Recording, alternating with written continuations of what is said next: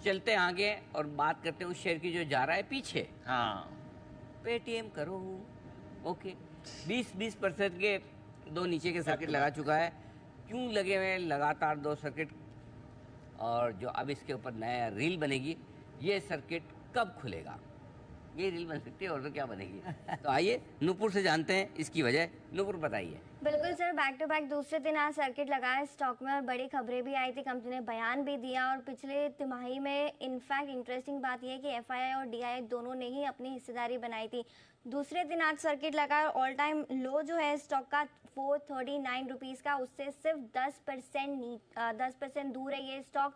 तो ज़्यादा दूर नहीं है ऑल टाइम लो के स्तर से ये स्टॉक, तो यहाँ पे नज़र रखनी है। और 2 दिनों में लगातार जो गिरावट रही है उसका सबसे बड़ा रीज़न यही है कि पेटीएम पेमेंट बैंक्स पर आरबीआई की तरफ से सख्ती आती हुई नजर आई थी। आरबीआई ने नए ग्राहक जोड़ने पर पाबंदी लगाई थी और ये भी कहा था कि 1 मार्च से नए डिपॉजिट टॉपअप पर भी रोक जो है वो लगाई जाएगी, जिसके तहत जो वॉलेट है, फास्टैग से, मोबिलिटी कार्ड से, टॉपअप से, उस पर भी रोक लगाती हुई यहाँ पे नजर आए थे। कंपनी का कहना है कि इससे जो आरबीआई ने कदम उठाए उससे डेफिनेटली कंपनी के जो फाइनेंशियल्स है उस पर इम्पैक्ट आते हुए दिखेगा।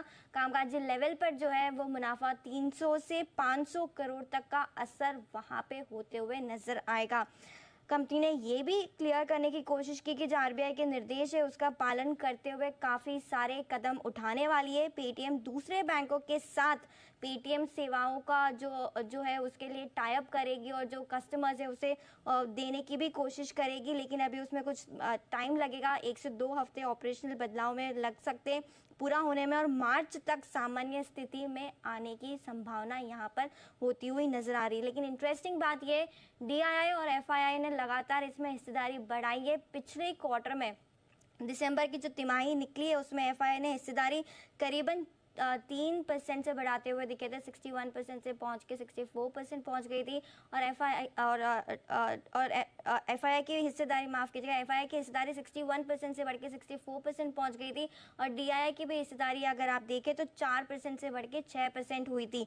और 31 दिसंबर तक करीबन 68 म्यूचुअल फंड स्कीम्स में पेटीएम 2000 तक की वैल्यू का यहाँ पे म्यूचुअल फंड्स के पास एक्सपोजर है। Mirae asset mutual fund, quant mutual fund, Nippon के पास उनके खुद के एयूएम का 3 से 3.5% जो है वो पेटीएम में उन्होंने इन्वेस्ट किया हो। तो लगातार दूसरे दिन यहाँ पे लोअर सर्किट लगा है और सिर्फ 10% दूर है अपने रिकॉर्ड निचले स्तर से स्टॉक।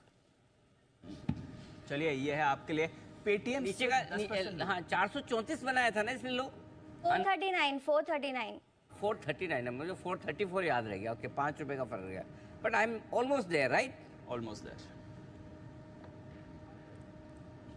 हाँ बोलो। हाँ सर, वही ऑलमोस्ट देयर। यार देखिए, इतना याद रखा, 434 439 में क्या फर्क है? कुछ भी नहीं, 4 रुपए का मुश्किल से। चलिए, तो पेटीएम कल नूपुर की इच्छा पूरी करेगा नया लो बनाने की। आज 52 वीक लो पर तो है ही, 52 लो पे है। और अब अगर खुल गया 535 540 का भाव था जब 550 पे इन्होंने बायबैक ऐलान किया था। उसके बाद एक तरफा तेजी हुई थी, हम भी बुलिश हुए थे हमारे बोलने के बाद। 450 के आसपास हमारा, और वहाँ से करीबन दुगुना भी हुआ था। लेकिन अब यही है, 1000 हो गया था सर ऑलमोस्ट। 998 का हाई बनाया इसने, कम से कम बढ़िया। मतलब दूसरी ई कॉमर्स कंपनी में ऐसा नहीं होता और बड़ा मुश्किल है। सबसे बड़ी बात है इसमें बड़े बड़े फंड मैनेजर्स फंस गए हैं। क्वांट वाले भी, हाँ, काफ़ी फंड्स के पास फंसे हुए, रिटेल भी है। ओके, विजय शेखर शर्मा एंड वाली स्टेक इसने तो, हाँ एंट वाली, हाँ खुद प्रमोटर ने एंट की स्टेक खरीदी है, सोचो अलीबाबा की। सबसे प्रॉब्लम है जेनजी वाले लोग फंसे हैं जो पेटीएम यूज करते और ये जोमेटो। सबके 2-5 बैलेंस रहेंगे। वो तो वो आपके पैसे नहीं जाएंगे। ना वो शेयर्स भी लेते हैं। आज सुबह पेटीएम यूजर्स को मेल भी आ गई थी अनिल जी। आज सुबह पेटीएम यूजर्स को मेल आ गई थी पेटीएम से कि रिजर्व बैंक को इश्यूड ए डायरेक्ट